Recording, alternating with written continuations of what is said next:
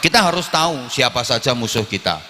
Lil mu'mini arba'atu a'dain. Bagi orang mukmin itu ada 4 musuh yang harus diwaspadai.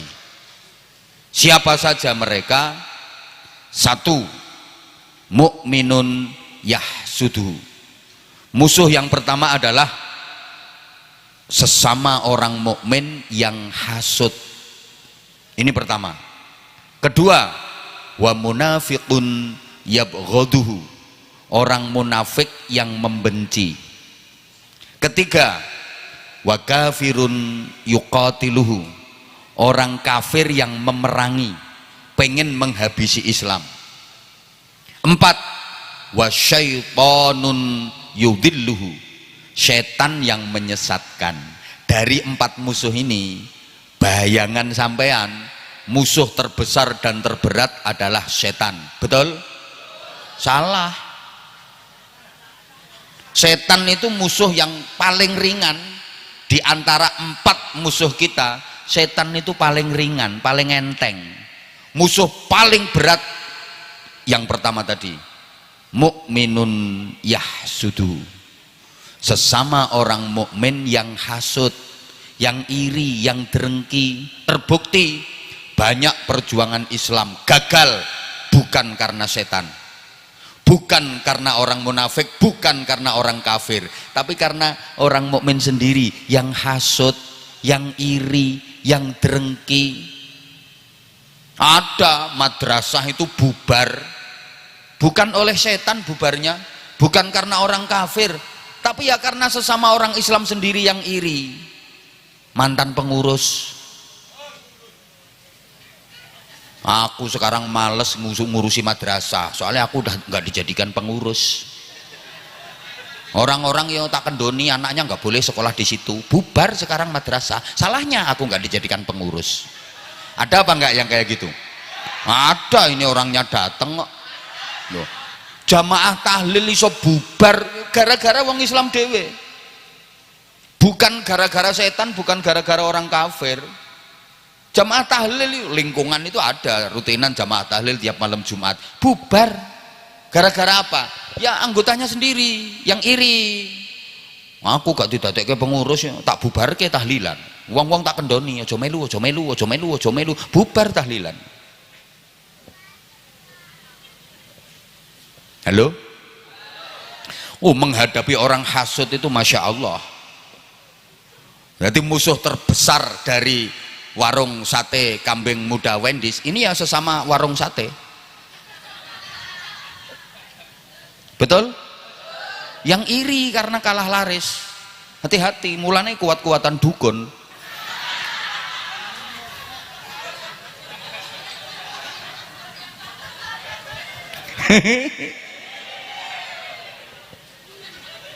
Ya Allah. Yang kedua, musuh kedua itu orang munafik yang membenci. Menghadapi orang munafik itu ya susah, karena orang munafik itu luar sama dalamnya beda. Luarnya menampakkan Islam tapi dalamnya menampakkan musuh. Orang munafik itu serigala berbulu domba. Jarine wong Jawa kaya welut kecemplung oli. Wis lunyu banget pisan. Susah ngadepi orang munafik. Dulu yang paling nyusahin Rasulullah itu orang munafik. Karena orang munafik itu kalau di hadapan Rasulullah menampakkan Islamnya, tapi di belakang Rasulullah pengen menghancurkan Islam. Itu orang munafik. Lagian susahnya lagi, pimpinan orang munafik itu namanya loh seperti kiai. Zaman nggak tahu. Ketua umum pengurus pusat partai munafikin. Lah, ketua umum partai munafikin itu namanya seperti kiai. Abdullah bin Ubay bin Salul. Namanya kayak ulama. Ya misalnya namanya Karto, no kan jelas. Orang Arab kok namanya Karto. Halo? Lah ini namanya itu Abdullah bin Ubay bin Salul. Coba. Di depan menampakkan Islamnya tapi di belakang menghancurkan. Susah ngadepi orang munafik itu. Hati-hati, hati-hati. Mbak Vita, hati-hati menghadapi karyawan-karyawan yang munafikin. Kalau di 8 siap bu, di depannya siap bu, tapi hati-hati di belakang, hati-hati. Ada karyawan seperti itu sekarang pakai kaos warna putih.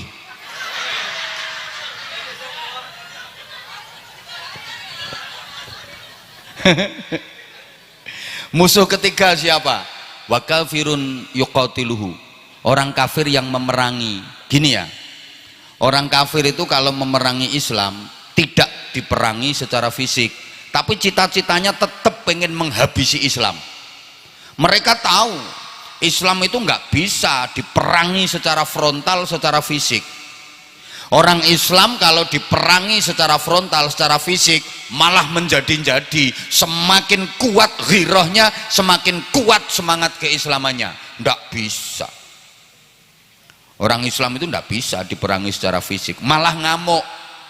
Misalnya ya, di daerah Tegal sini ada pengumuman, ada peraturan undang-undang, seluruh warga masyarakat Tegal dilarang menjalankan sholat Jumatan. Saya yakin semua orang Tegal ngamuk, keluar bawa celurit, bawa pentungan. Siapa yang melarang Jumatan, serang. Padahal yang bawa pentungan nggak pernah sholat Jumatan. Ada ini orangnya lagi ketawa. Loh, orang Islam itu nggak bisa diperangi secara fisik frontal, ngamuk malahan. Makanya cara menghabisi Islam tidak diperangi frontal secara fisik, tapi diperangi lewat budaya. Contoh saja, anak-anak muda dan anak-anaknya orang Islam itu dijauhkan dari nilai-nilai agama. Itu cara memerangi lewat budaya. Ngapunten. Kita sebagai orang tua kan wajib mengenalkan anak-anak kita kepada keluarganya Nabi. Putra putrinya Nabi itu ada berapa, namanya siapa saja, cucunya Nabi namanya siapa saja, kakek buyutnya Nabi namanya siapa, paman bibiknya Nabi namanya siapa. Kalau anak-anak kita nggak kenal keluarga Nabi, kita orang tua berdosa. Wong Nabi itu idola kita kok. Tapi coba sekarang dites, anak sampean tes, nak, bibinya Rasulullah namanya siapa saja, nggak bisa jawab anakmu. Tapi coba anakmu kasih pertanyaan, nak, siapa nama anaknya Raffi Ahmad, siapa nama istrinya Raffi Ahmad, paham anakmu? Betul? Duh. Cara menghabisi Islam oleh orang kafir itu nggak diperangi secara fisik, enggak, lewat budaya Islam yang dihabisi. Apalagi sekarang ada yang setiap tangan udah pegang, namanya setan gepeng. Iya, budaya Islam dihabisi. Hati-hati. Makanya sekarang maaf Bapak Ibu, anak-anak rata-rata udah pegang HP, betul? Lebih banyak mana, pegang Quran apa pegang HP? Lebih sering mana, baca Quran ama mentelengi HP? Lebih merhatiin ibunya apa HP? Lebih nurut bapaknya apa HP? Syukur. Kenapa seperti itu? Karena ibu ya pada, bapaknya ya pada baik. Anak-anak dulu rajin baca Quran, habis maghrib ngaji. Karena apa? Ibunya bapaknya habis maghrib baca Quran. Lah sekarang ibunya kalau habis maghrib baca Quran apa tiktokan?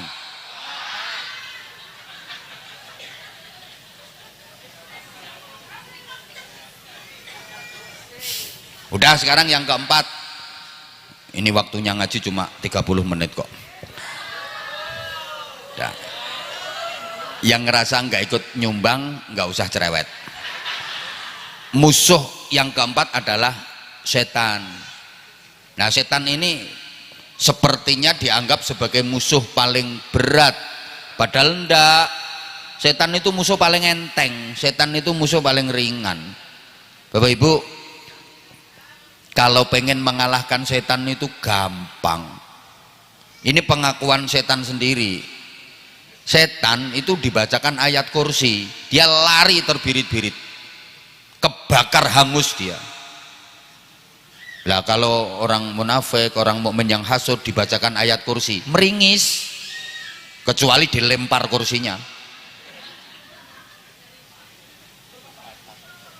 Saya itu kadang-kadang apa ya, kalau diem-diem itu saya mikir, ya Allah, kasihan setan.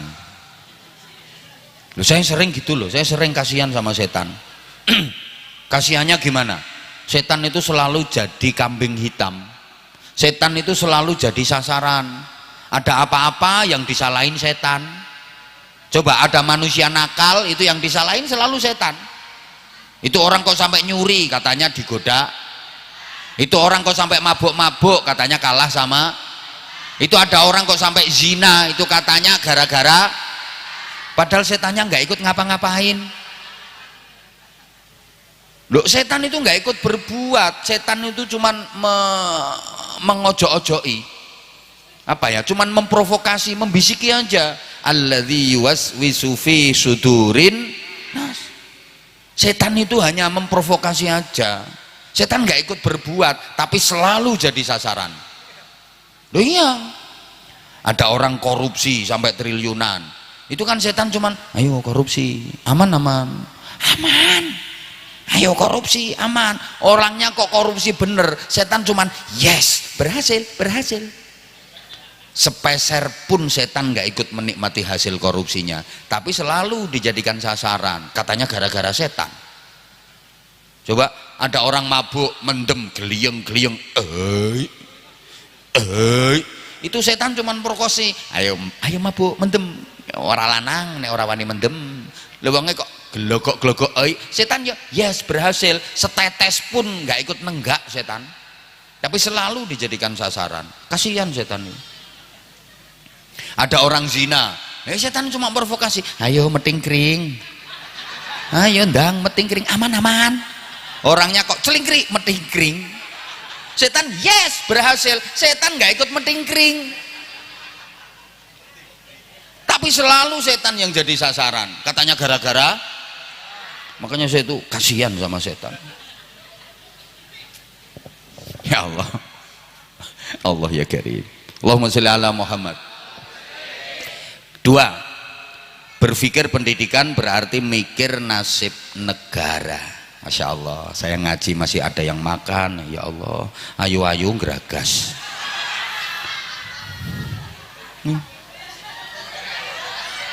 Muga-muga keselak. Mungkin mikir pertentangan kok kono. Mulane lemung.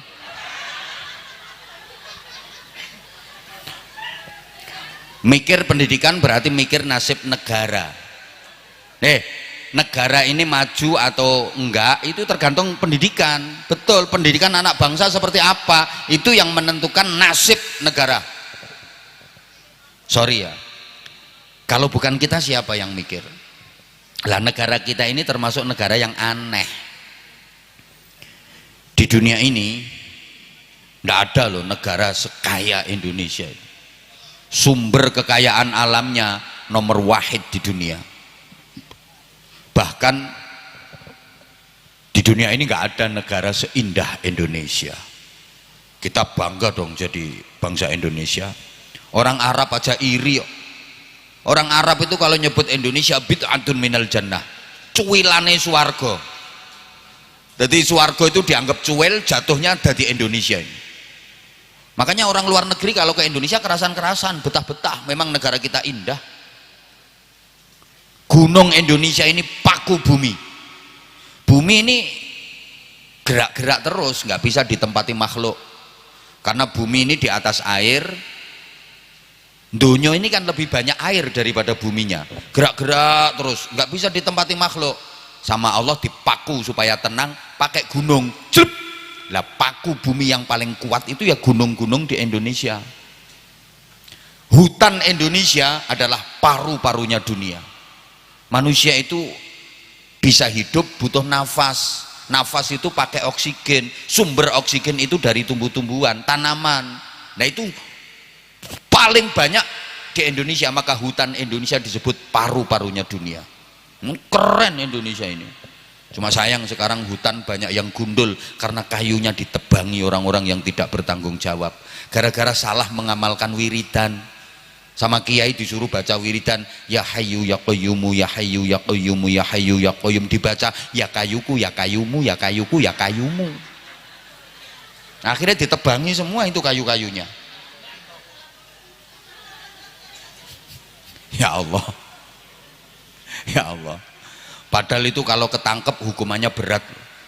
Cuma sayang yang dihukum itu yang nyurinya terlalu sedikit, makanya dia dihukum. Kalau nyurinya banyak aman.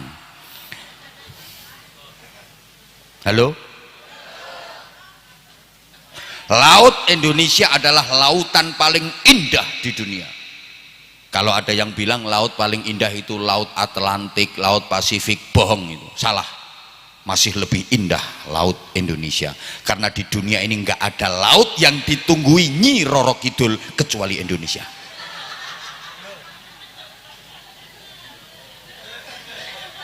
Duh, kekayaan alam Indonesia itu nggak ada duanya loh. Semua kekayaan alam Indonesia punya, mulai batu bara, tambang-tambang itu, nikel, perak, tembaga, perunggu, emas, minyak, gas bumi. Kata siapa paling banyak di Timur Tengah? Salah, paling banyak di Indonesia. Ini masih banyak yang belum diketemukan. Cuma sayang kita itu punya, tapi yang mengolah orang luar, gitu loh. Ya lagi-lagi masalah SDM, masalah pendidikan, gitu. Kalau di dunia ini ada, di Indonesia pasti ada. Kalau di Indonesia nggak ada, berarti di dunia ini nggak ada. Contohnya buah khuldi, itu adanya cuma di surga. Di dunia nggak ada, maka Indonesia nggak ada. Selama di dunia ini ada, Indonesia punya. Orang Arab itu bangga punya binatang khas Arab padang pasir namanya onta. Lalu dipikir Indonesia nggak punya apa? Ada, berangkat ke kebun binatang. Kanguru, binatang Australia, Indonesia punya. Orang Arab itu bangga ada tanaman di sana yang disebut dalam Al-Quran wattini wazzaitun. Indonesia tin ada, zaitun ada, bahkan lebih lengkap. Wal juweti wal kersi wal jambui wasawoi wal pisangi wal belimbingi wal katesi wal ganduli.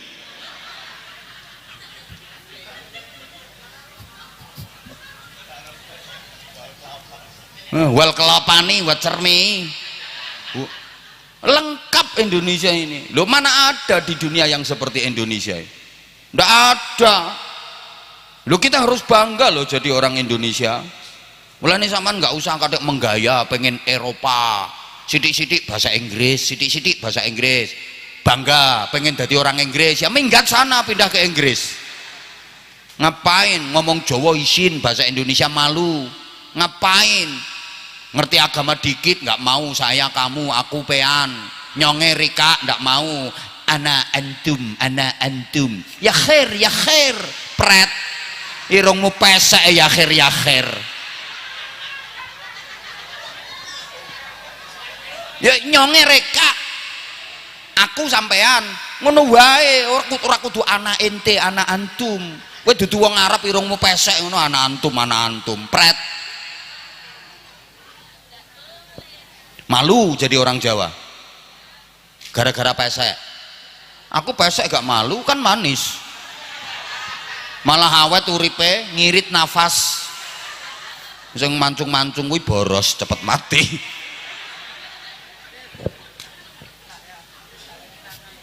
Tapi aneh, Indonesia ini kaya dengan sumber kekayaan alam, tapi kok negaranya miskin, utangnya kok banyak, sampai sekarang kok nggak lunas-lunas. Andalane utang, gak pemimpinnya, gak rakyatnya, hobine.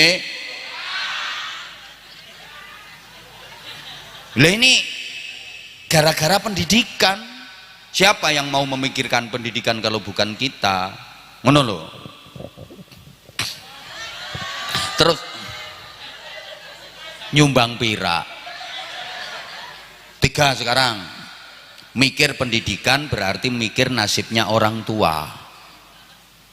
Oke, Bapak Ibu jamaah rahimakumullah, gini ya, sampean sebagai orang tua, sampean punya anak, itu tambah bahagia apa tambah menderita? Oke, tolong dijawab ya. Sampean punya anak itu tambah mulia apa tambah hina? Oke, sampean punya anak itu tambah pahala apa tambah dosa? Anak-anak sampean itu mengantarkan sampean ke surga apa menjerumuskan sampean ke neraka? Sampean gadah anak kuwi gampangke sampean mlebu swarga apa malah njlomprongke sampean manjing neraka?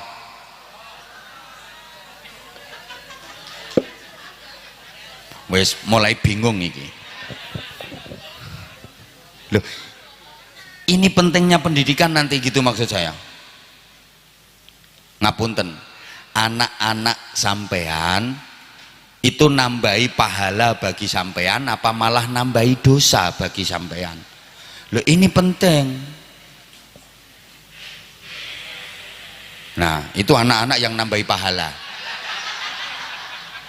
Kenal potai diblong, weng weng weng weng.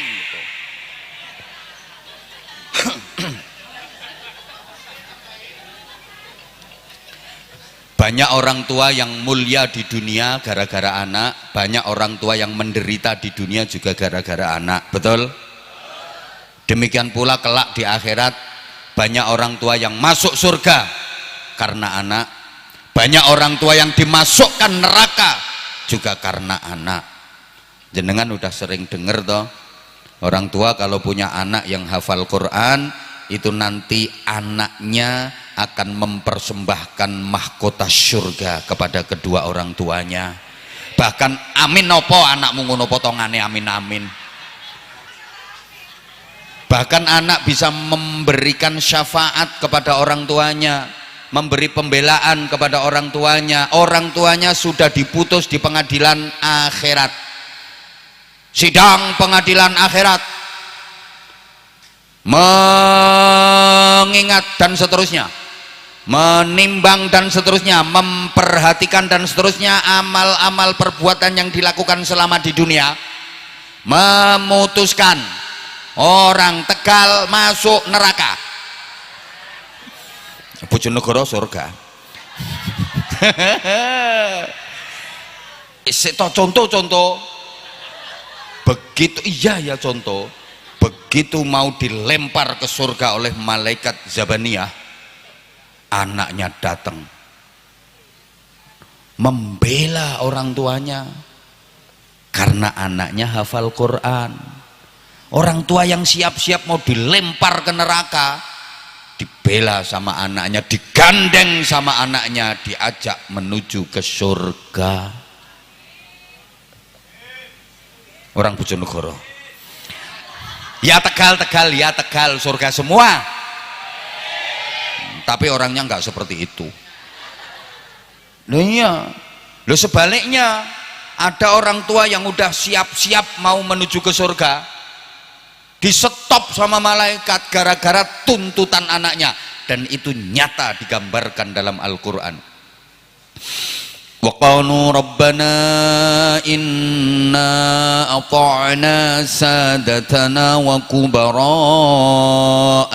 fa'adalluna as-sabila rabbana atihim dhi'afaini minal 'adzabi wal'anhum la'nan kabira.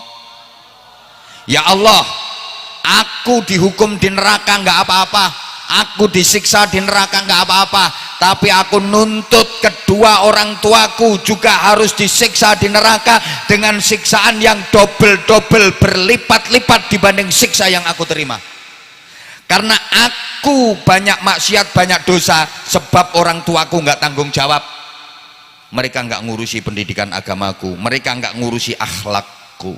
Kalau aku mau dimasukkan neraka, aku harus ancek-ancek gegernya bapak sama emak saya. Jadi bapaknya ibunya dicemplung di neraka sik nggo ancek-ancek anaknya. Ndingkluk wonge. Lho iya. Bapak Ibu ngapunten-ngapunten, anak polah bopo keprada. Aktivitas anak itu berdampak pada reputasi orang tua. Jangankan di akhirat, di dunia aja itu. Anak itu kalau berprestasi, orang tua ikut merasakan bangga, betul? Anak apik, wong tua katut apik. Tapi anak nakal, anak rusak, wong tuane tercemar. Misalnya ada anak sekolahnya pinter, peringkat 1 terus, dia ngajinya juga bagus, akhlaknya baik, sama orang itu sopan santun, andap asor, tata krama, masya Allah, baca Qurannya fasih, sholawatannya enak. Ini orang setegal itu ngomongnya, masya Allah, putrane siapa itu, putrane siapa? Bapaknya bangga banget, bapaknya untune diketokke wae. Oleh melaku nganti mereng-mereng ora iso bali. Saking banggane, anakku anak enyong, anakku anak enyong, anakku anak enyong. Saking senenge, saking banggane. Tapi coba misalnya ada anak udah nggak sekolah, drop out, nggak pernah ngaji, nggak punya etika, nakal, ngerusak. Pokoknya nggak ada mangga itu sempet tua itu nggak ada. Pohon mangga itu dilewati bawah itu kerotok-kerotok rontok semua. Saking nakal. Coba. Ya kayak tadi lah sepeda motor itu knalpotnya diblong, weng, bengok hobine. Iki wong sak Tegal leh ngomong, masya Allah, iki delondonge siapa itu? Didelondong kek. Halo? Allah. Yang keempat, mikir pendidikan. Sek sore, mikir pendidik, ngundang dewek. Mikir pendidikan itu berarti mikir nasib anak. Bapak Ibu, ternyata sebagai orang tua itu haram hukumnya punya anak kok sampai bodoh. Dosa besar orang tua yang punya anak kok bodoh. Punya anak bodoh itu orang tuanya dosa. Bahkan Nabi menyatakan, la yalhaqullaha ta'ala 'abdun bidzambin a'dzama min jahalati ahli. Ya Allah, ora ana wong mati nggawa dosa luwih gedhe ngungkuli wong mati sing ninggal anak-anake bodho-bodho. Tidak ada orang mati membawa dosa lebih besar melebihi dosanya orang yang mati dia meninggalkan anak-anaknya di dunia dalam keadaan bodoh-bodoh. Anake oon. Masih belum paham? Halo? Gak ada orang mati membawa dosa yang lebih besar melebihi dosanya orang mati dia meninggalkan anak keturunannya di dunia bodoh. Kenapa sih punya anak bodoh itu kok orang tuanya dosa besar? Gini Bapak Ibu para jamaah, orang tua punya anak kok anaknya bodoh-bodoh, itu berarti orang tua sama dengan menyengsarakan anaknya dunia akhirat. Saya ulang, punya anak bodoh itu orang tuanya sama dengan menyengsarakan anaknya dunia akhirat. Karena memang orang bodoh itu hidupnya sengsara. Orang bodoh itu uripe nelongso. Tegal itu leh ngarani nelongso pripun kepriben? Nelangsa. Sengsara. Orang bodoh itu hidupnya nelangsa, hidupnya sengsara. Udah sekarang urusan dunia aja sengsara. Urusan akhirat juga sengsara. Orang bodoh itu. Orang kalau bodoh, urusan dunianya aja sengsara. Kerja orang bodoh pasti kerjanya rendahan. Jadi pesuruh. Nggak ada orang bodoh kok jadi bos. Kerja atasan, kerja yang bergengsi dengan gaji tinggi, dengan pendapatan besar. Mesti itu orang pinter-pinter itu, betul? Orang bodoh itu kerjanya ya, sorry ya, saya nggak melecehkan, nggak. Ini kan fakta. Supaya anak-anak kita jangan bodoh kayak bapaknya. Duh, dianggap pelecehan terserah yang nganggaplah, orang saya menjelaskan kok. Orang bodoh itu ndak bisa dia punya pekerjaan yang bergengsi dengan gaji tinggi, nggak ada ceritanya. Ya orang bodoh itu kerjanya ya kerja rendahan, kerja kasar, gajinya dikit, betul? Yo, ini urusan dunia. Karena bodoh. Maaf, kerjanya ngangkat batu gede-gede, sehari paling dapat duit 100.000, 200.000. Kalau orang pinter ngangkat batu kecil sekali dapatnya 200 juta, yang diangkat batu ginjal.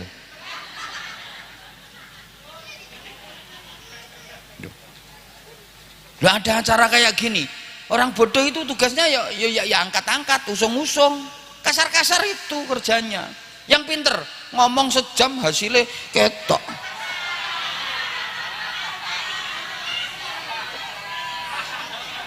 Halo? Loh, bener apa enggak? Ini baru urusan dunia loh. Oh, beda banget. Makanya Al-Quran menyatakan, qul hal yastawil ladzina ya'lamuna wal ladzina la ya'lamun. Enggak sama. Orang pinter dengan orang bodoh itu enggak sama. Apanya yang enggak sama? Semuanya enggak sama. Gayanya enggak sama. Omongannya enggak sama. Jalannya enggak sama. Bayarannya enggak sama. Ibadahnya enggak sama. Pahalanya enggak sama. Nasibnya enggak sama. Loh, orang bodoh dengan orang pinter baunya itu loh enggak sama. Orang pinter itu baunya sedep. Orang bodoh itu lebus-lebus tengi.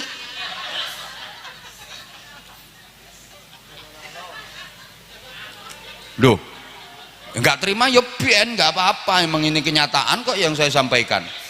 Gayanya enggak sama. Orang pinter itu gayanya pantas gitu.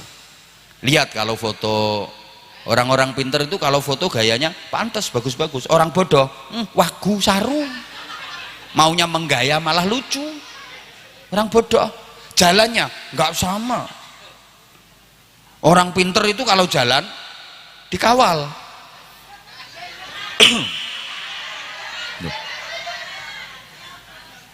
Nggak ada orang pinter jalan sendirian itu. Lihat itu, bupati, gubernur, menteri, ulama-ulama, nggak ada jalan sendirian, pasti selalu dikawal, didampingi, duduknya enak, kasih suguhan. Lah kalau orang bodoh melaku ya keluyur, doprok, dongsong itu. Ya Allah, maaf banget. Ya Allah, tidurnya aja nggak sama. Naumul alim khairun min ibadatil jahil. Tidurnya orang pinter lebih baik, lebih dicintai Allah daripada tidurnya orang bodoh. Loh, orang alim, orang pinter itu kalau tidur pakai ilmu, makanya tidurnya bernilai ibadah. Orang bodoh ibadah dia nggak tahu ilmunya, ketolak ibadahnya. Baca Qur'annya nggak sama. Ayatun min alim khairun wahabu ilallah min juz'in wahidin minal jahil. Orang pinter baca Quran satu ayat itu lebih baik, lebih dicintai Allah daripada orang bodoh baca Quran satu juz. Lah kalau orang pinter baca 10 ayat ya sama kayak orang bodoh 10 juz. Makanya orang-orang pinter, kiai-kiai itu jarang khataman Quran, takut kebanyakan pahala. Paling bagian Fatihah sama doa. Yang suruh baca Quran ya santri-santrinya yang bodoh-bodoh itu. Halo? Loh, nggak adil dong. Masa ini yang bodoh baca Quran dapat 10 juz, orang pinter cuma 10 ayat kok pahalanya banyak yang pinter. Justru di situ adilnya Allah. Orang pinter itu kalau baca Quran angen-angen sak maknane, kalau orang bodoh angen-angen sak mangane. Satu ayat orang pinter itu lebih baik daripada satu juz orang bodoh. Kok enggak percaya sih kayaknya? Kemarin waktu bulan Maulid itu saya ceramah itu mulai Jawa Timur, Jawa Tengah, Jawa Barat, Jakarta, Kalimantan, Sumatera, ya, kemana-mana. Saya cuma bawa satu ayat, laqad kana lakum fi rasulillahi uswatun hasanah. Satu ayat itu hasilnya masya Allah. Satu ayat. Lah orang bodoh khataman di musola itu 10 juz, dapatnya ya tahu tempe. Halo, betul? Dibilangi kok. Terus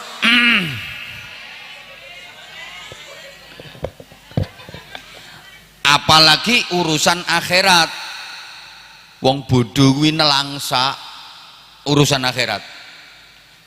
Tak kasih contoh ya, sholat itu urusan akhirat. Pahalanya sholat itu tergantung sambungnya hati ke Allah.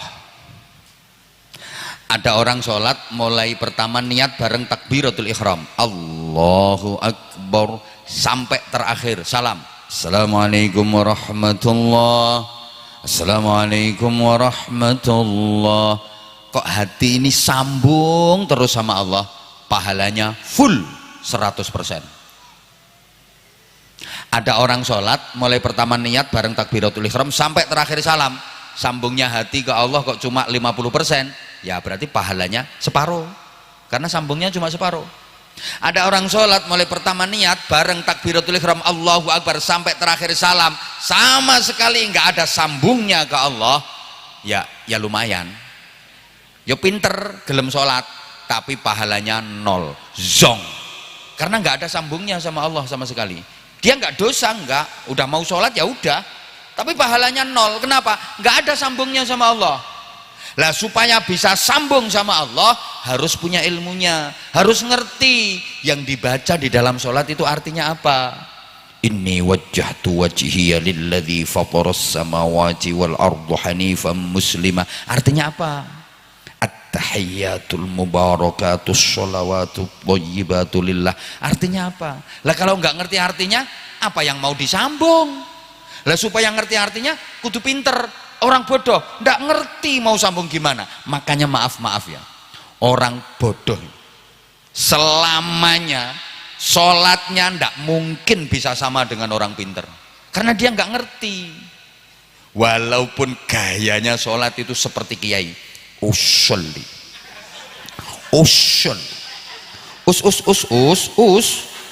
usolli fardol maghribi, sholatnya medeni Allahu Akbar,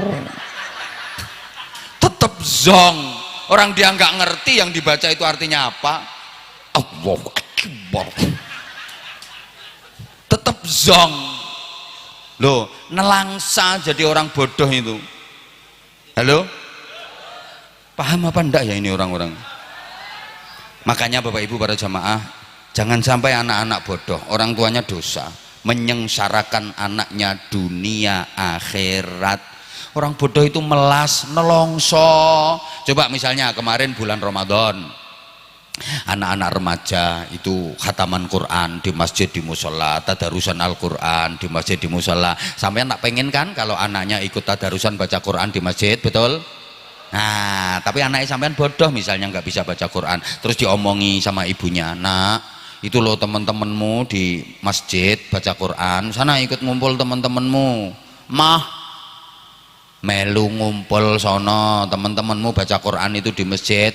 Mah, aku ndak bisa maca, gak bisa maca ya wes, pokoknya melu ngumpul neng kono ya mah bu, engko nek aku neng kono dikongkon maca, hayo gimana nanti kalau aku dikongkon maca, aku ra iso kok, hayo didengar orang sekampung, terus orang-orang ngomong itu anaknya siapa, ra iso baca Quran, sing kena sampean. Makanya aku nggak gelem itu menjaga nama baik orang tua. Akhirnya orang tuanya ngelus dodo, ya Allah anakku ki perasaannya jero tapi kok oone pol-polan. Ya Allah. Makanya Bapak Ibu, kalau pengen anaknya jadi mulia itu wajib diisi ilmu. Bukan hanya manusia yang memuliakan, Allah juga ikut memuliakan. Wa idza qila suzu fansuzu yarfa'illahu alladhina amanu minkum walladhina utul ilma darajat. Asal dimodali iman, ilmu, pasti diangkat derajatnya sama Allah. Saya yakin sebagai orang tua, Bapak Ibu pengen nanti sebelum meninggal itu kan rencananya sampean arep mati, nggih? Sida mboten niku? Ngosido mati kabeh kok. Mati ya mati, nek iso ya ninggali anak-anak. Anak ya ditinggali warung sate telu-telu. Ditinggali mobil, ditinggali rumah, ditinggali tanah masing-masing 30 hektar. Silahkan monggo, lek sampean punya, nggak dilarang kok, silahkan. Sampean mau ninggali anak depot, mau ninggali anak restoran, mau ninggali anak rumah makan, sate Mendo, Wendy's, silahkan. Anak ditinggali kabeh. Masih meskipun sampean ya kepingin duwe anak 5 digawekne omah siji-siji, diparingi tanah sak hektar, diparingi kendaraan siji-siji, pengen monggo silahkan, monggo. Tapi ojo lali, tinggalan yang paling mahal, tinggalan yang paling berharga dari orang tua kepada anaknya adalah ilmu. Kenapa? Anak itu kalau ditinggali harta, berapapun harta yang ditinggalkan bisa habis, betul? Tapi kalau ditinggali ilmu, ilmu nggak ada habisnya. Harta nanti datang karena ilmu itu. Tak baleni. Kalau cuma ditinggali harta, maaf, harta nggak bisa dipakai untuk membeli ilmu. Sebanyak apapun duitmu, sebanyak apapun kekayaanmu, nggak bisa dipakai membeli ilmu, nggak bisa. Tapi kalau ilmu bisa mendatangkan harta. Dan ingat, tidak ada orang kaya dari warisan, itu tidak ada ceritanya. Kalau mengandalkan warisan, yang ada cures, ludes, habis. Saya yakin RM, sate Mendo, Wendy's ini bukan karena warisan. Ini makhluknya di sini, makhluknya di sini. Saya berani yakin saya, beliau bukan karena warisan dari orang tuanya, ndak sama sekali, ndak. Dulu melarat, rombong, betul, mulane bekas-bekas melarat masih ada sisa-sisanya. Mosok sugih kok koyo ngene modele, masih ada tanda-tanda kemelaratan itu, masih ada. Duh, yakin saya ini bukan warisan, rintisan dari beliau. Jadi orang-orang yang berhasil, orang-orang yang sukses usahanya itu bukan karena warisan. Kalaupun dulunya orang tuanya kaya, anaknya kok yo kaya karena memang anaknya digembleng, anaknya dididik untuk bisa mandiri, tidak mengandalkan orang tuanya. Apa namanya, RM, Raden Mas, rumah makan sate Mendowan di sini. Kalau misalnya punya anak, berapa putranya? Setunggal, cucunya 3 ya misalnya. Cucu 3, terus ada 3 rumah makan, dibagi satu untuk cucu-cucunya. Kalau memang tidak dibekali dengan kemandirian, yakin akan ludes, yakin akan habis. Udah banyak contohnya itu. Kalaupun putranya beliau bisa meneruskan usaha beliau, itu bukan karena warisan, tapi karena memang dididik dan digembleng untuk bisa mandiri. Bukan karena mewarisi orang tua. Pokoknya marisi wong tua entek. Tak kasih contoh, buyut saya punya tanah 100 hektar, keren, orang kaya. Anaknya buyut saya 10, salah satunya buyut saya. Lah buyut saya berarti dapat bagian 10 hektar. Buyut saya punya anak 10, salah satunya mbah saya. Berarti mbah saya dapat warisan tanah 1 hektar. Mbah saya anaknya 10, salah satunya bapak saya. Berarti bapak saya dapat bagian 100 meter. Bapak saya anaknya 10, salah satunya saya dapat bagian 10 meter. Lah kalau anak saya 10, berarti anak saya bagian semeter. Itu kalau warisan. Kalaupun ada yang orang tuanya kaya, anaknya bisa kaya karena memang digembleng sama orang tuanya untuk bisa mandiri. Ojo ngandal ke nyonge, rika, aku, kue. Itu, ini pelajaran bagi putrane ini makhluk ini. Jangan mengandalkan beliau. Ya nanti kalau beliau udah meninggal, kan mau meninggal beliau. Loh, siapa yang nggak mau meninggal? Saya juga mau meninggal, tapi duluan Wendy's.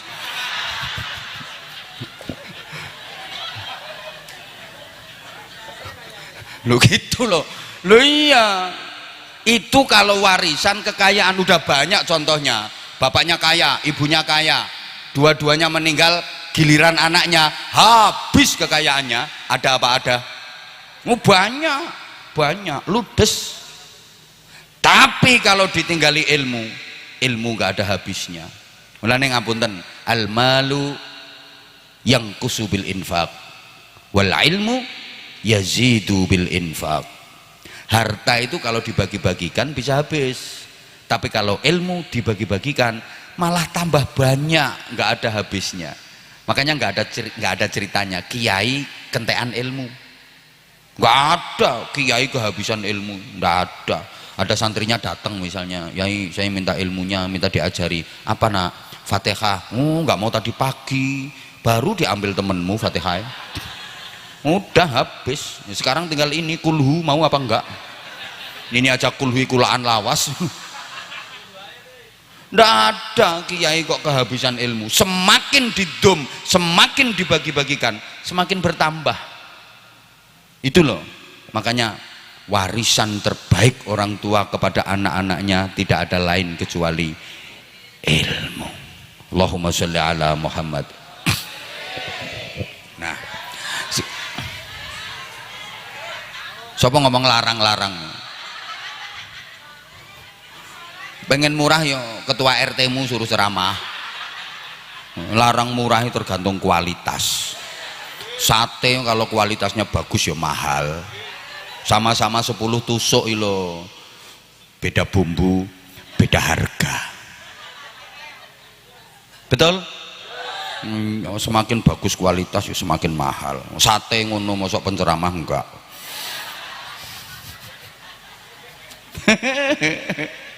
Lokal karo internasional yo beda.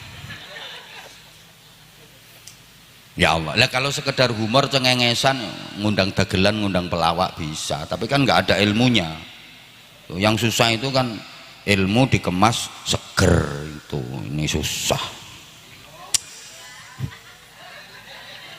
Lah kalau sekedar sate daging diiris-iris, ditusuk-tusuk, panggang jadi sate. Yang susah itu kan empuknya, nikmatnya, lezatnya, bumbunya. Nggih napa mboten? Ceramah ya qala ta'ala qala Nabi dijelaskan. Dadi ceramah, yang susah itu kan bumbunya.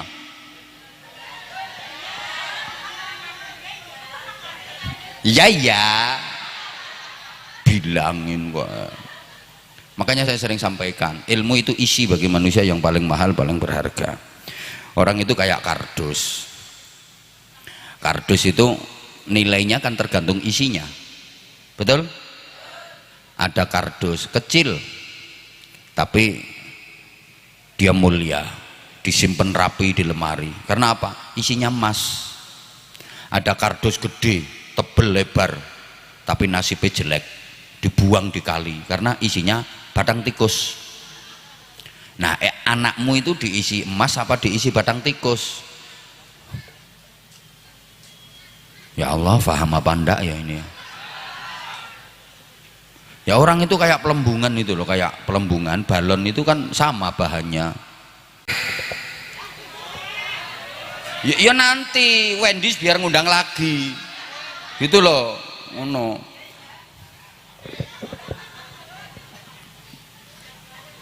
Kalau pengen anaknya pinter baik sekarang, jangan hanya pinter, harus bener, harus baik. Ini saya pesan satu aja, jangan membenci orang nakal. Penyakit kita itu kalau ada orang nakal itu kita benci, itu tidak boleh. Itu menyebabkan anak-anak kita yang nakal. Nggih, matur suwun. Nggih. dirayu karo banser, kalau minum kan dipikir ceramahnya tambah lama. Ya ndak, sekarang hitungannya per menit kok. Kelemahan kita itu biasanya nggak suka kalau ada orang nakal. Boleh nggak membenci orang nakal? Kalau minta lanjut harus dijawab. Boleh nggak membenci orang nakal? Membenci orangnya ndak boleh. Kalau membenci kenakalannya harus. Kita harus merubah kenakalan itu kok, fal yughayyirhu biyadih. Kalau bisa dirubah pakai kekuatan. Kalau ndak bisa fabi lisanih, pakai nasihat, pakai omongan.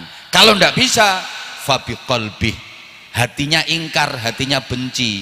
Wadzalika adhaful iman, dan itu adalah iman yang paling lemah. Halo? Halo? Kalau membenci orangnya ndak boleh, membenci kemungkarannya, membenci kenakalannya harus. Ndak setuju dengan kemungkaran itu, ndak seneng dengan nakalnya itu, tapi nggak boleh membenci orangnya. Allahumma sholli ala Muhammad. Bisa membedakan ya? Kok kayaknya kayak nggak paham gitu ya. Membenci kenakalannya oke, tapi membenci orangnya ndak boleh. Harus dibedakan. Kenakalannya memang kenakalan, tapi orangnya kan tetap orang, manusianya kan tetap manusia. Paham? Kayak gini loh ibu, maaf ya, ibu misalnya dikasih duit sama suami segebok ratusan ribu, jumlahnya 10, berarti berapa? 1 juta. Dan duit itu ono teleke, ada teleknya, kotoran ayam itu apa namanya? Tembelek, tak baleni deh. Ibu sampean dikasih duit 1 juta sama suami, duitnya ono tembeleke. Kira-kira ini yang dibuang tembeleke tok apa sak duit-duitnya? Ya tembeleke tok, ya dipelirit kok. Tembelek duit. Benci sama tembeleknya, tapi kan nggak benci sama duitnya. Paham? Oke, ibu boleh benci sama tumo. Tahu tumo? Yang ada di kepala itu apa namanya? Tumak. Apa jenenge? Tumak ya? Iya tumak. Oh diganti A ya kok. Ibu boleh nggak seneng sama tumak, benci sama tumak? Boleh, tapi jangan karena benci tumak tembus sandas-ndase. Wis mas timbanganin ndas oke tumake ditugel ketok baik ganti semangka. Benci tumake tapi ndak benci sandas-ndase.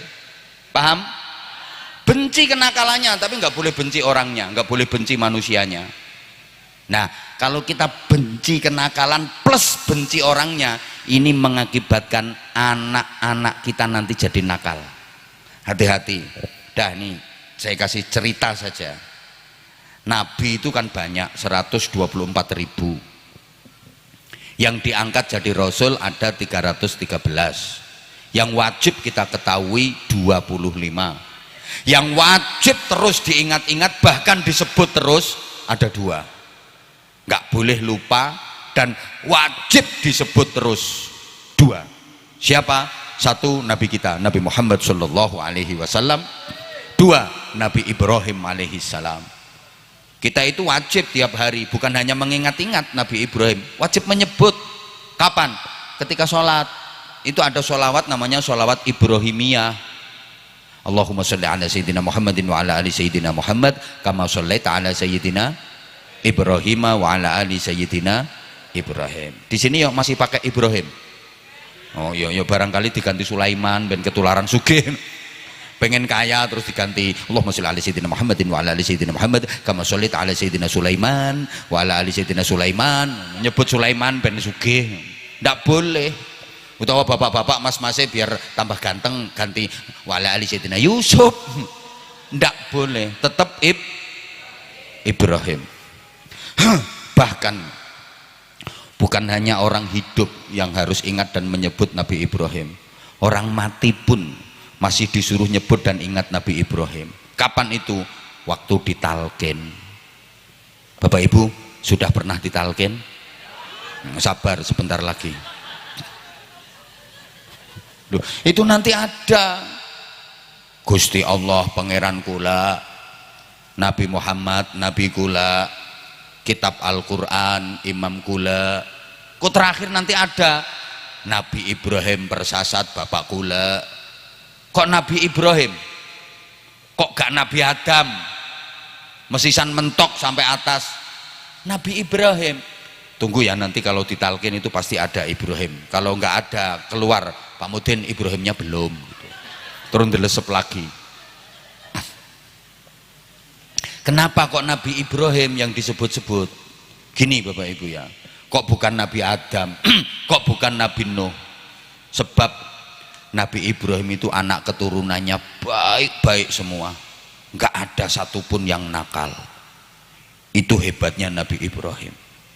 Kalau Nabi Nuh masih punya anak keturunan yang nakal. Kanan itu anaknya Nabi Nuh itu kafir, neraka. Bedanya apa? Gini, Nabi Nuh dengan Nabi Ibrahim itu sama-sama ulul azmi, sama kelompok ulul azmi, Nabi yang punya keteguhan luar biasa. Tapi kok beda? Nabi Nuh punya anak yang mencatat sejarah hitam dalam dunia ini, sedangkan Nabi Ibrahim punya anak yang mencatat sejarah emas, sampai monumennya sampai sekarang masih ada. Hijr Ismail, monumental sekali. Dan perjalanan Nabi Ibrahim Nabi Ismail itu menjadi manasik haji. Coba, hebat. Padahal waktu itu Nabi Ismailnya masih kecil loh. Ini paham apa enggak ya diajak ngaji kayak gini nih ya? Nah ceritanya gini Bapak Ibu, mborati rungok keok. Nabi Ismail itu masih remaja, usia 12 tahun. Ada riwayat yang mengatakan masih usia 8 tahun loh. Diomongi sama bapaknya, ya bunayya inni ara fil manami anni azbahuka fanzur madza tara. Nak, bapak mimpi nak, disuruh Allah nyembelih kamu nak. Gimana nak pendapatmu nak? Anak masih umur 8 tahun diomongi bapaknya, mimpi diperintah Allah nyembelih dirinya. Apa jawabannya? Sungguh menggetarkan.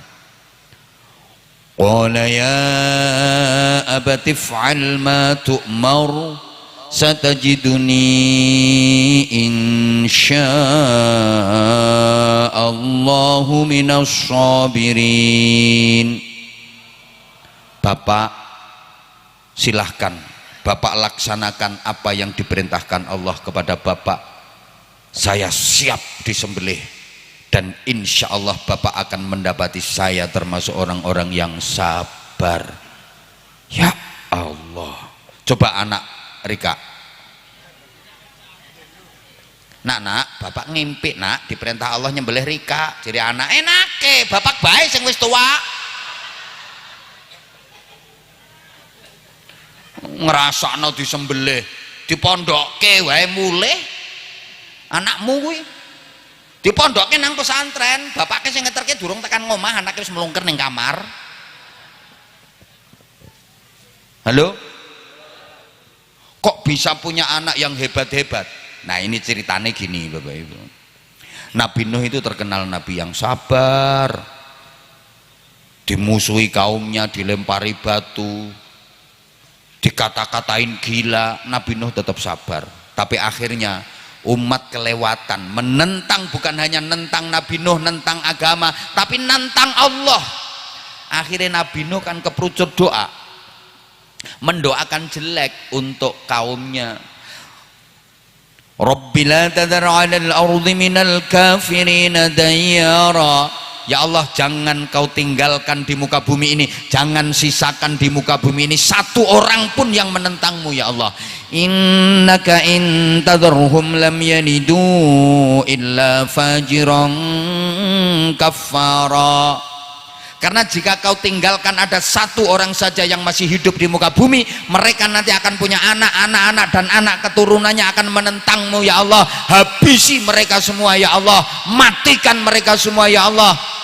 Dituruti sama Allah, banjir, dunia ini tenggelam, orang-orang yang nakal habis, mati semua ya Allah. Halo? Yang hidup tinggal orang-orang yang ikut naik perahunya Nabi Nuh. Jadi kita ini ternyata keturunan dari orang-orang yang ikut naik perahunya Nabi Nuh itu loh. Loh iya, makanya kita semua di sini saudara. Sama ndak usah ribut lah soal ini nasabnya dari sana, ngapain? Sama kok kita ini dari keturunan orang yang naik perahunya Nabi Nuh. Mentok nasabnya tekan Nabi Adam karo Ibu Hawa kok. Nggih napa nggih? Ya wis ngono ae. Yang penting kita ini kitanya baik gitu loh. Siapapun kalau baik ya wajib kita hormati, kita apii gitu loh. Halo? Halo? Gitu. Sama ndak usah bangga-bangga. Sama orang ngerti munggah keturunanmu tekan Bathara Kala ya orang ngerti. Apa kono kae tekan Raja Firaun ya orang ngerti. Halo? Loh, ya Allah, gara-gara Nabi Nuh mendoakan rusak umatnya itu, anaknya sendiri yang namanya Kan'an nggak mau iman. Coba, banjir itu. Kan'an, ayo ikut bapak naik perahu nak. Mah, nggak mau. Aku mau naik rumah. Munggah rumah, naik rumah. Akhirnya air makin tinggi. Kan'an dideketi sama Nabi Nuh, bawa perahu. Naik perahu nak, ikut bapak nak. Ini rumah mau tenggelam. Biarin rumah tenggelam. Aku naik gunung. Wek. Persis anaknya wong Tegal. Naik gunung Kan'an. Air makin besar, makin tinggi. Ditelateni sama Nabi Nuh, dideketin. Kan'an, ini gunungnya mau tenggelam nak. Ayo nak, nggak iman sama bapak ndak apa-apa nak. Yang penting ikut naik perahu. Ini rayuannya Nabi Nuh. Nah maunya Nabi Nuh nanti kalau udah naik perahu baru dinasehati gitu loh. Nggak mau, nggak mau. Gunung mau tenggelam nak, biarin gunung tenggelam. Aku naik pohon, itu masih ada pohon yang tinggi. Wek, gitu. Masya Allah, naik pohon. Air makin tinggi. Pohon akan tenggelam. Dideketi sama Nabi Nuh sambil nangis itu. Kan'an, anaknya bapak, ayo naik perahu nak, ayo naik perahu nak. Nggak mau. Kepules banjir. Wus, mati di hadapan Nabi Nuh. Jadi Nabi Nuh itu tahu, Nabi Nuh itu ngelihat proses nazaknya Kan'an. Makanya sejak saat itu Nabi Nuh tertunduk, nangis terus, malu sama Allah. Halo? Ya Allah, paham apa enggak ini? Sampean juga awas kalau sampai mendoakan kerusakan pada orang lain. Mungkin doamu diijabah sama Allah, tapi awas anak keturunanmu nakal-nakal. Hati-hati. Beda dengan Nabi Ibrahim. Nabi Ibrahim dihukum dengan hukuman yang luar biasa oleh umatnya, dibakar hidup-hidup. Nggak ada nabi yang dibakar oleh umatnya, dibakar hidup-hidup kayak Nabi Ibrahim, itu nggak ada. Tapi Nabi Ibrahim nggak ada sedikit pun kebencian sama umatnya, nggak ada mendoakan sama umatnya, mendoakan keburukan. Malah Nabi Ibrahim itu dalam kobaran api, Rabbi innahunna adlalna katsiran minan nas faman tabi'ani fa innahu minni wa man 'asani fa innaka ghafurur rahim. Ya Allah Gusti, tiang-tiang sing manut kula nderek kula niku bala kula Gusti. Tiang-tiang sing mboten manut kula niku kawulane panjenengan. Panjenengan kan Maha Pengampun Gusti. Masya Allah. Itu Nabi Ibrahim. Orang-orang yang mengikuti aku, mereka kelompokku ya Allah. Orang-orang yang menentangku, mereka hambamu. Engkau Maha Pengampun ya Allah. Ini kalau diteruskan, ampuni mereka. Masya Allah. Itu Nabi Ibrahim. Ya wes podo meneng ya. Kok kayak tercengang gitu sampean? Halo? Ya Allah.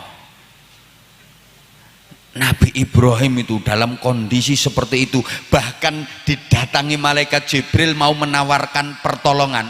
Nabi Ibrahim tidak mau kok. Assalamualaikum. Waalaikumsalam. Kenapa Mas Bril? Ya Mas Bril, aku mau menolongmu, aku nggak tega melihatmu wahai Ibrahim, aku akan menolongmu. Nabi Ibrahim jawabnya gimana? Mas Jibril, ini perintah Allah apa maunya sampean sendiri? Kalau perintah Allah aku nurut, tapi kalau maunya sampean sendiri, sorry, aku nggak butuh bantuanmu, biar aku selesaikan dengan Allah. Masya Allah, itu Nabi Ibrahim. Lah karena Nabi Ibrahim itu nggak pernah mendoakan kejelekan, sehingga putra keturunan dari Nabi Ibrahim itu baik-baik semua. Ini saja yang saya sampaikan, udah jam 12 kurang, ngundang lagi. Insya Allah nanti lain kesempatan, insya Allah nanti lain waktu. Mohon doanya nak Dafa ini benar-benar berilmu sempurna, beriman kuat, ilmunya cukup sehingga menjadi anak yang solih. Udah itu aja kalau mendoakan anak, dongaknya solih, itu tuntunan agama. Doakan mudah-mudahan soleh, nanti jadi apapun yang penting soleh. Mau jadi dokter, mau jadi polisi, mau jadi pengusaha, mau jadi kiai, jadi apapun yang penting soleh. Oke? Dah lewat jam 12 ini.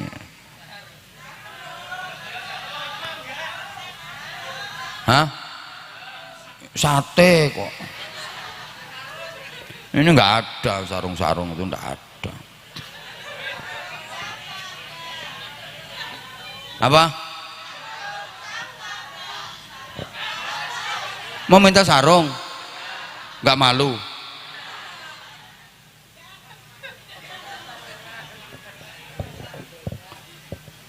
Udahlah, udah jam 12 lewat kok.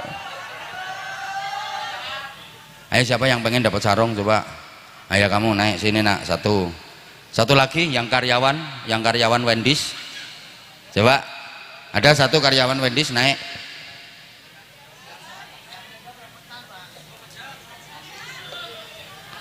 Yang karyawan Wendy's.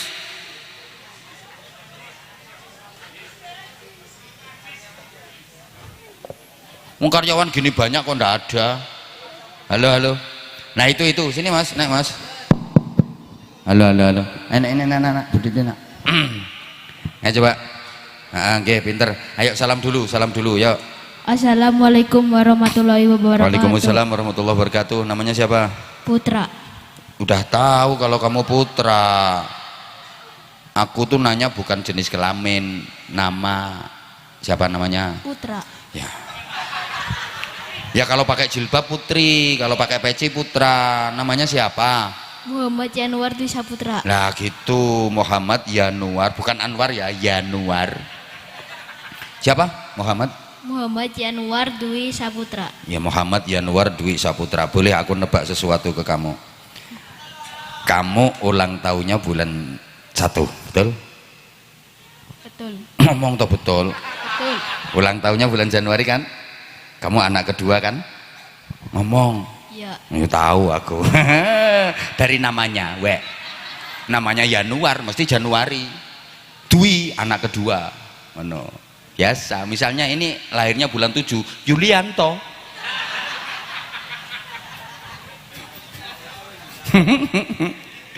Sekolahnya kelas berapa nak? Kelas 6. SD apa MI? SD. Berarti tahun ini mau lulus? Iya. Pakai mic, kalau ditanya apa gunanya pegang mic. Berarti tahun ini mau lulus? Iya. Pengen mondok enggak? Pengen. Di pesantren? Iya. Jawa Tengah apa Jawa Timur pesantrennya? Jawa Tengah. Di Jawa Tengah. Udah punya rencana mau ke pesantren mana? Udah. Di mana? Di Sesoleh Basalamah. Nah, tepuk tangan dulu. Seneng aku kalau ada anak mau mondok itu. Cita-citanya apa nak? Jadi anak soleh. Iki berarti ngrungokne ceramah iki. Pinter kamu, jadi apapun pokoknya soleh ya nak ya. Pinter kamu. Ya sekarang anak soleh yang nanti di bidang apa?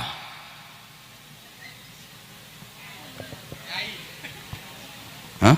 Ustad. Apa? Ustad. Ya udah, makanya mondok, makanya ngaji, pengen jadi ustad ya. Pinter kamu, pinter ya. Kamu kok ngacung kayak gini, berarti udah siap tampil. Siap. Pengen apa kalau naik panggung? Sarung. Sarung? Memang yang dipanggil sama Abah selalu dikasih sarung. Tahu dari mana? YouTube. Dari YouTube. Yang lain diem dong. Berarti kamu tahu YouTube-nya Abah, apa namanya? Apa Anja? Abah Anza. Kalau YouTube namanya Anza Channel KH Anwar Zahid. Tolong di subscribe dong. Udah ya. Nah, yang udah. Ini belum tahu ini anak ini. Katanya suka ngelihat apa di mana biasanya? YouTube sama apa? TikTok.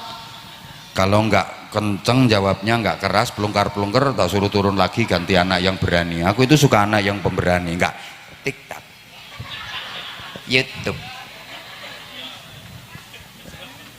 Calon ustadz itu harus berani. Nah, sebelum dikasih sarung biasanya suruh tampil dulu, ya. Ya. Nah, oke.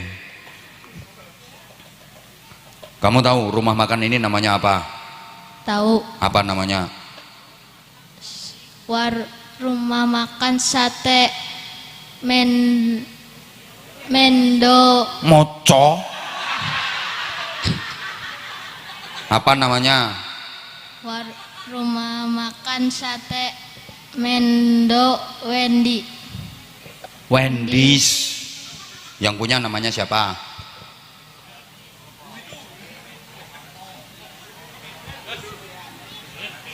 Wendy's. Ya udah, pelungkar kayak gini kok. Itu loh yang punya orangnya di situ itu loh. Kamu mau tampil apa? Nyebutkan nama-nama anak nabi.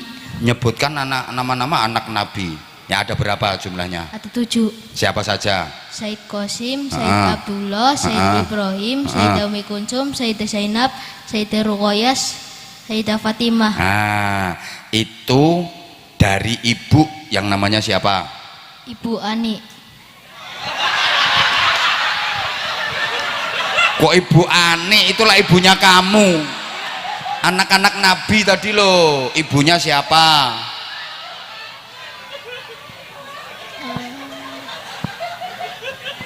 Jumlahnya berapa tadi? 7. Sekarang nama ibunya siapa? Nama ibunya anak-anak Nabi. Tahu ndak?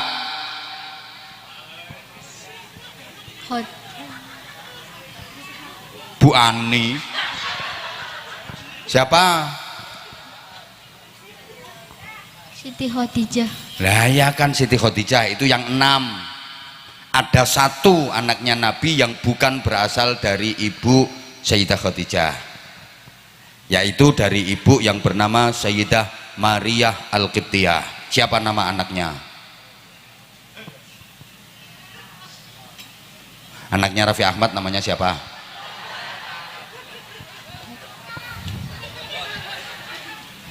Itu kamu naik panggung mau nyebutin itu aja, mau tampil apa lagi? Udah. Ya wes, udah. Kalau bapaknya Nabi namanya siapa? Abdullah. Kakeknya? Abdul Muthalib. Nah, harus hafal, terus ke atas harus hafal. Jangan lambat dong. Ya udah, tak kasih sarung. Udah, itu salim sama yang punya warung. Kalau dikasih duit diterima, nggak dikasih nggak apa-apa. Nanti tak kei.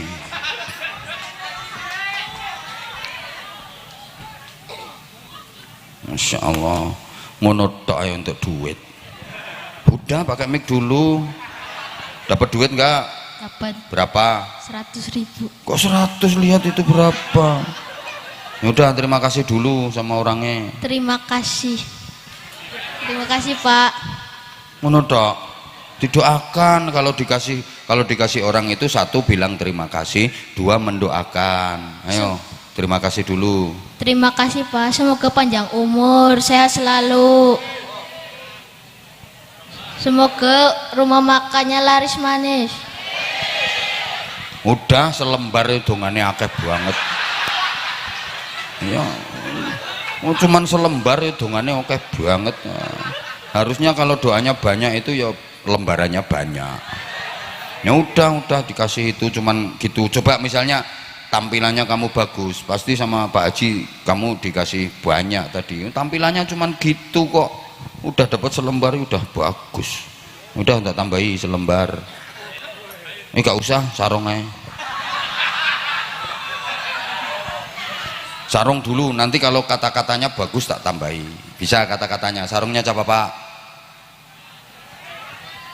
Pelungkar-pelungker udah dapat 100.000 pelungkar-pelungker. Enak, kamu tadi udah gini angkat tangan, ini berarti harus sudah siap dan berani. Sarungnya coba Pak. Mangga. Mangga, ayo kata-kata sarung mangga, kayak di YouTube, kayak di TikTok itu. Sarung mangga. Nggak mesti ya ternyata anak itu, kadang dia kayaknya di bawah itu berani. Saya begitu naik ke panggung, sarung mangga. Ayo coba. Sarung mangga. Sarung aba anjas.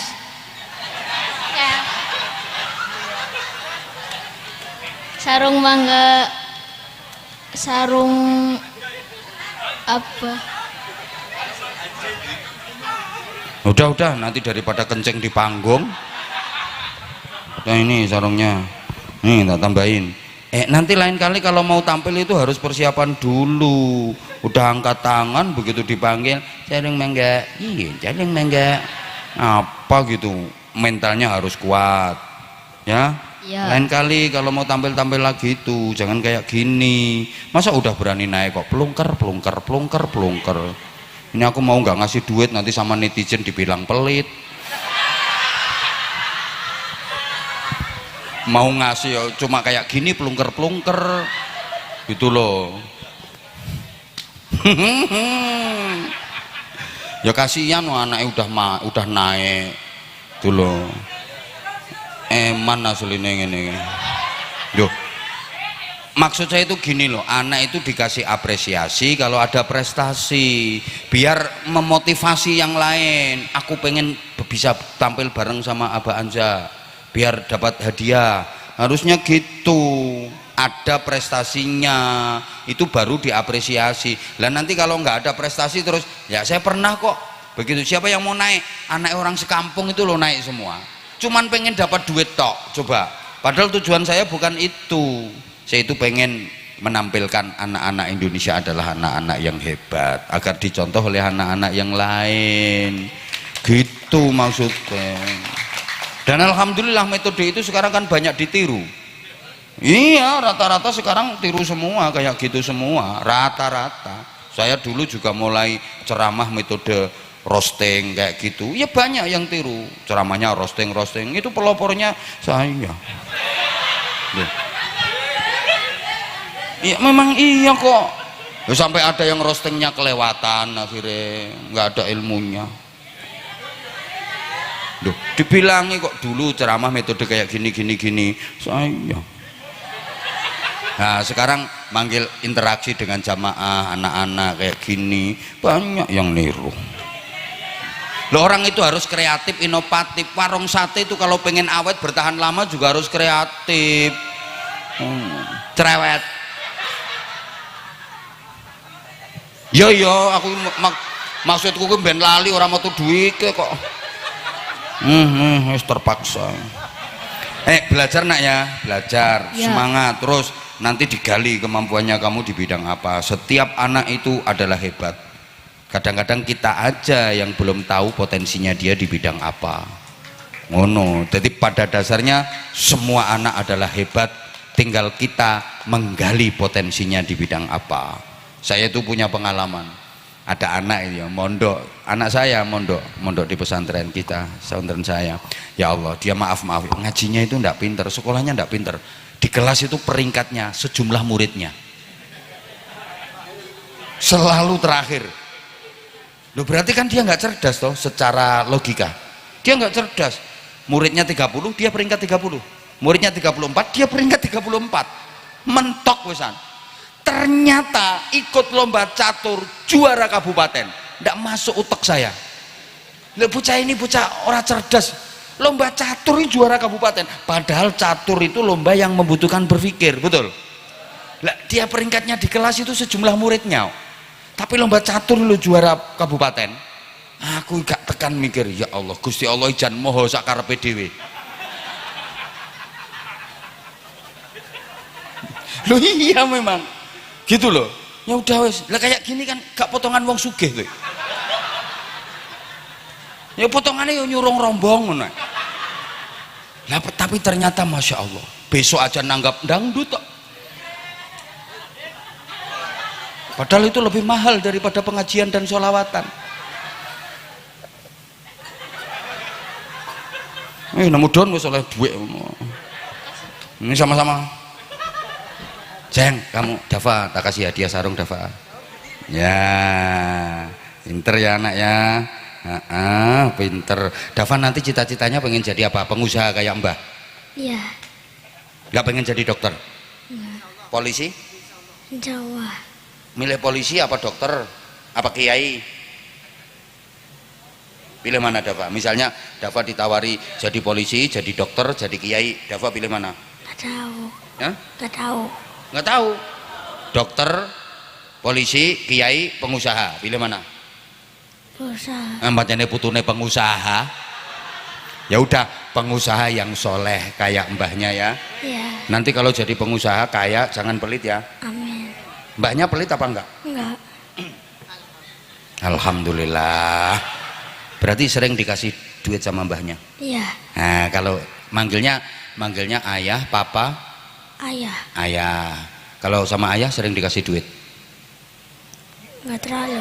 Enggak terlalu. Oh, berarti ayahnya agak pelit, berarti ayahnya. Enggak terlalu, lebih sering dikasih sama mbah ya? Iya. Nah, kalau manggilnya ibu, mama? Mama. Mama cerewet apa enggak? Agak. Agak. Kayaknya ya banget, bukan agak itu. Tapi mama sayang kan sama Dava? Sayang. Sayang. Sekarang Dava sekolahnya kelas berapa? 3. Kelas 3. Nanti kalau udah lulus sekolah pengen mondok enggak Dava? Di pesantren? Insya Allah mondok. Pinter ini calon pengusaha. Anjane putune pengusaha. Ya udah Dava, pinter ya sayang ya. Pinter ya, solih, insya Allah solih. Dah saya matur suwun semuanya, insya Allah nanti lain kali disambung kalau diundang lagi. Gak diundang gak apa-apa, nyari warung sate yang lain. Lah ini aja lo udah tak sebut berkali-kali ini podo karo promosi wesane. Nah iyalah, ini harusnya ada tambahan ini. Ndak, terima kasih. Saya dulu pertama pas ngaji di mana itu diampirkan sama sama Mbak Vita. Saya diampirkan di yang mana ya, warung yang mana ya, kokean rumah makan itu loh. Nah, yang baru yang di dekatnya exit tol itu loh. Yang di sana udah saya ada fotonya saya di sana. Iya wong sampeyan yang melu foto. Aku eling sing lemu kuwi. Gak diajak foto yang ngeyel melu ae. Oh ya itu apa itu yang lemu itu ya. Nah, matur suwun semuanya, mudah-mudahan tambah barokah. Al-Fatihah. A'udzubillah.